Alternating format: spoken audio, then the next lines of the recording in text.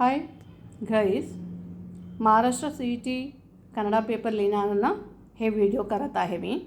आता model papers घेऊन 7 प्रश्नपर्यंत आम्ही सोडवले आहे. ते मागचे व्हिडिओ पाहून हे व्हिडिओ बघायला या म्हणजे तुम्हाला कळेल. हे पेपरमध्ये 10 प्रश्न असते. 7 प्रश्न आम्ही सोडवले आहे.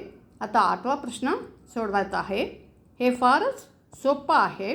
ह्याच्यात काय असते म्हणजे 8वा ಪ್ರಶ್ನ ಮಾದರಿಯಲ್ಲಿ ಸೂಚಿಸಿದಂತೆ ಪದಗಳನ್ನು ರಚಿಸಿರಿ. ಅಂದರೆ ಉದಾಹರಣೆ, for example they have given some word. As per that you have to write the below words. ते वरती बघा. दिनಗಳು, ದಿನ ಸಿಂಗ್ಯುಲರ್, ದಿನಗಳು ಪ್ಲೂರಲ್. सो तसं तुम्ही खाली दिलेला शब्द ಗಿಡ ಗಿಡಗಳು, ಮರ ಮರಗಳು, ಫಲ फलಗಳು, हत्ती हत्तीಗಳು, मने मनेಗಳು ಎಲ್ಲ ಏಕವಚನದಲ್ಲಿ सगळं ಏಕವಚನ आहे.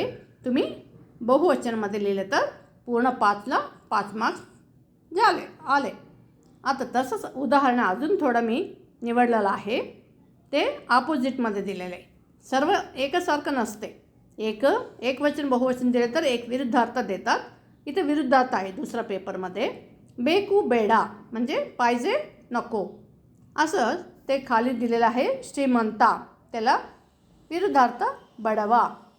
टोळ्ळू विद्यावंत, ನಂಬಿಕೆ सज्जन असं थोडं शब्द दिलेलं आहे.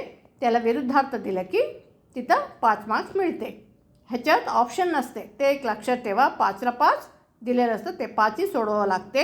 त्यामुळं इथं पूर्ण मार्क्स घ्यायला थोडं प्रॅक्टिस केलं तर हे पण सोपं आहे. प्रश्न 8 प्रश्न झाले. 8 × 5 = 40. 8चे 5 40 होऊन झाले. 40 मार्क्स आम्ही सॉल्व केलेलं आहे. आता पुढच्या प्रश्नाला जाऊया. आवडलं तर लाईक करा आणि प्लीज शेअर करा.